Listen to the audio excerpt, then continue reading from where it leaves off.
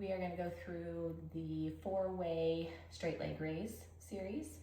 So open chain, early activation exercises when weight bearing tolerance isn't something that we have yet, or we have weight bearing restrictions, or we're just trying to find some extra ways to activate the muscles around our hips.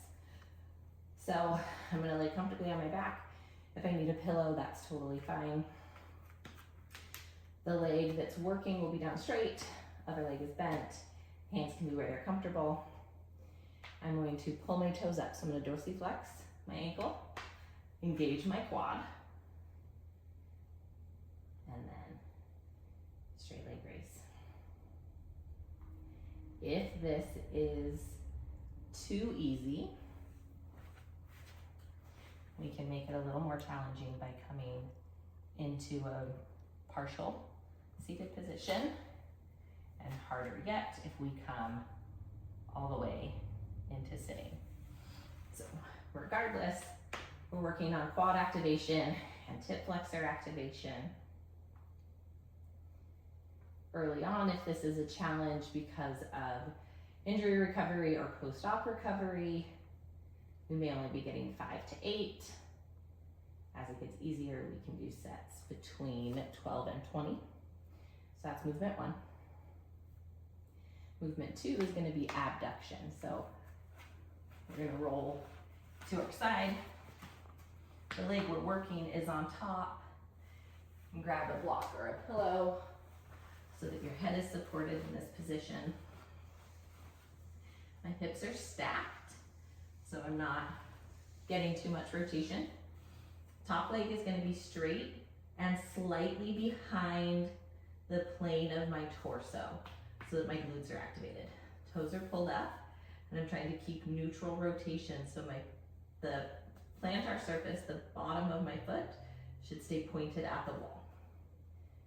And then up and down, working on glute activation here. If I'm feeling it in the front of my hip, then I need to get my leg a little bit behind my torso.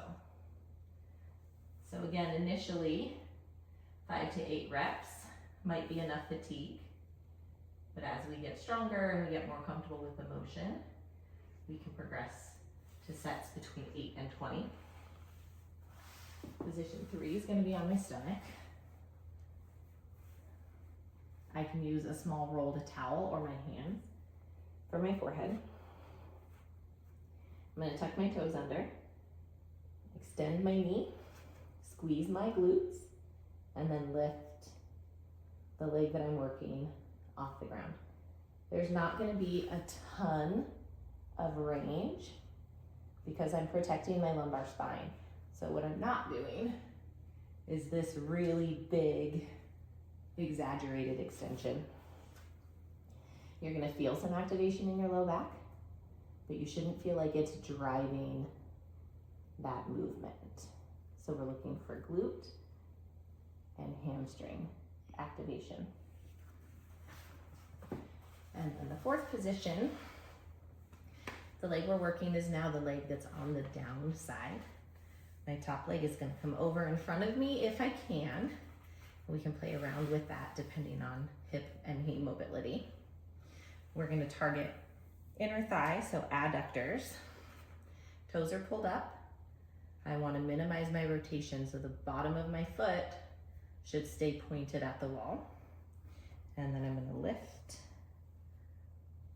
this leg up and down. Again, I want my torso to stay relatively neutral, so I'm not rolling back this direction. That's going to dramatically change how much range I have available. So I want my midline active, leg locked straight, raising into adduction.